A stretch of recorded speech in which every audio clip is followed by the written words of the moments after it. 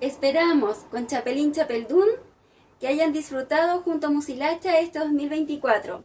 En 2025 se vienen nuevas sorpresas musicales, tanto del repertorio tradicional vasco como de otras culturas.